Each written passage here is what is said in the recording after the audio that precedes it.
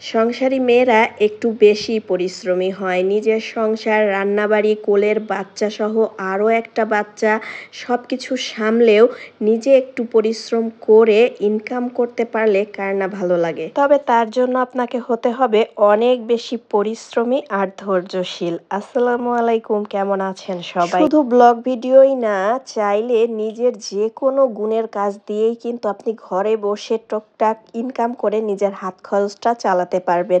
এটা এমন একটা কাজ যেখানে আপনাকে একটু সামান্য পরিশ্রম করলেই আপনি নিজের হাত খরচটা তুলতে পারবেন, কখনো কারো কাছে হাত পাততে হবে না। তবে অবশ্যই সেই কাজের প্রতি আপনার ভালোবাসা থাকতে হবে, তা না হলে কাজটা করতে আপনার অনেক বেশি বিরক্ত লাগবে, সেই সাথে করার আগ্রহটাও আপনি কখনোই পাবেন না।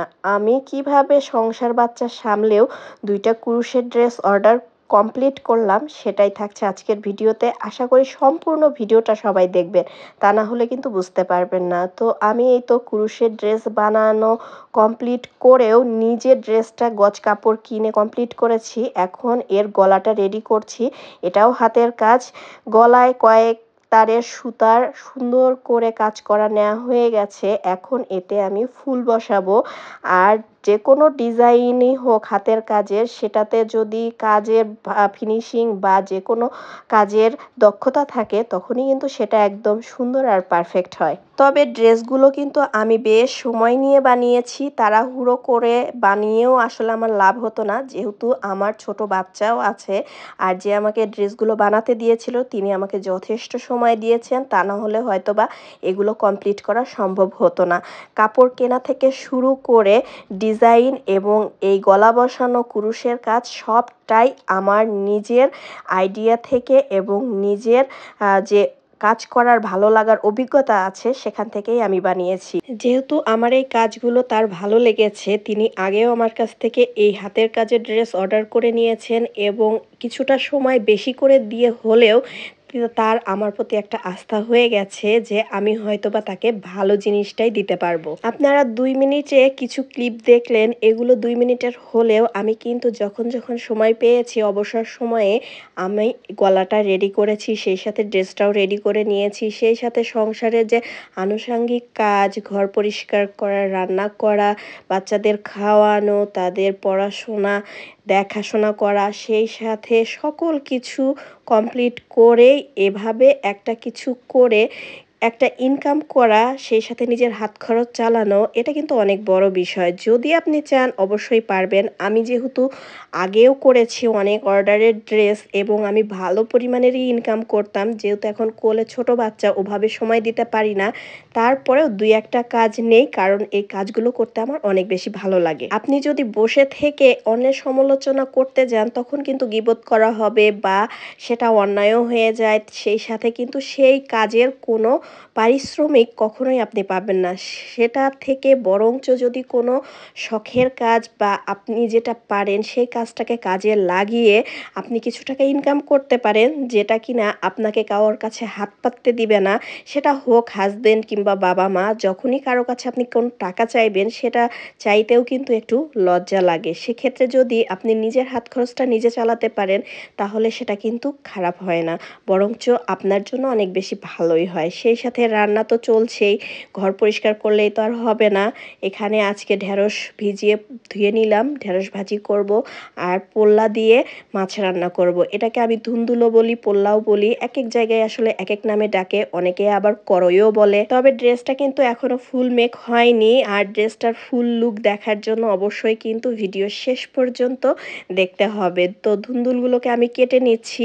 ধুন্দুল দিয়ে চিংড়ি বা মাছের তরকারি যেটাই রান্না করি না কেন আমার খুবই ফেভারিট একটা সবজি, আমার খুব ভালো লাগে, সেই সাথে হিয়ার বাবাও পছন্দ করে।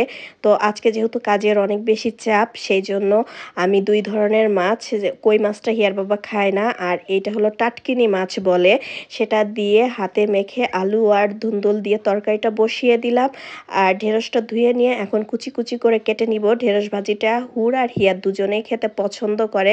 রান্নার কাজটাও কিন্তু সহজ না, দেখতে মনে হয় যে অল্পতেই হয়ে হয়ে গেল, কিন্তু এই কাটা বাছা ধোয়াধাই করে রান্না উঠিয়ে দিতে এবং সেটা কমপ্লিট করতে কতটা সময় যায় সেটা আমরা গৃহিণীরা সবাই জানি।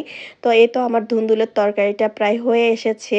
একটু গামাখা গামাখা করে নামিয়ে নিব। কিছু পুদিনা গাছ এনেছিলাম, পাতাগুলো ঝেড়ে নিয়ে আবার পানিতে রেখে দিলাম, এতে করে নতুন কুশি বের হবে।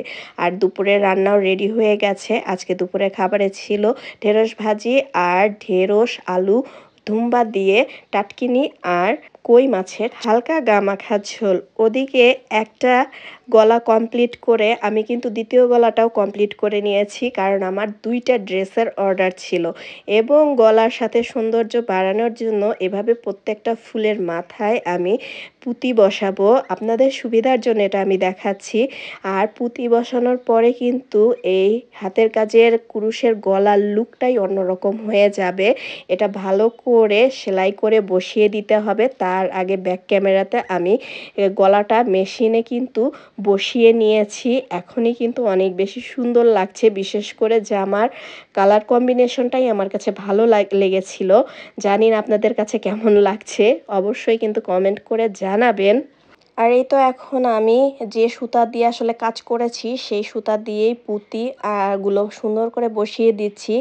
আর একটু কিন্তু ফুলগুলো টেনে টেনে সুন্দর করে বসাতে হবে, তা না হলে কিন্তু গলাটা কুঁচকে আসবে। খেয়াল করতে হবে, হাতের কাজের জিনিস যত সুন্দর ততটাই পরিশ্রম হয় এটা সুন্দর করে তৈরি করার জন্য।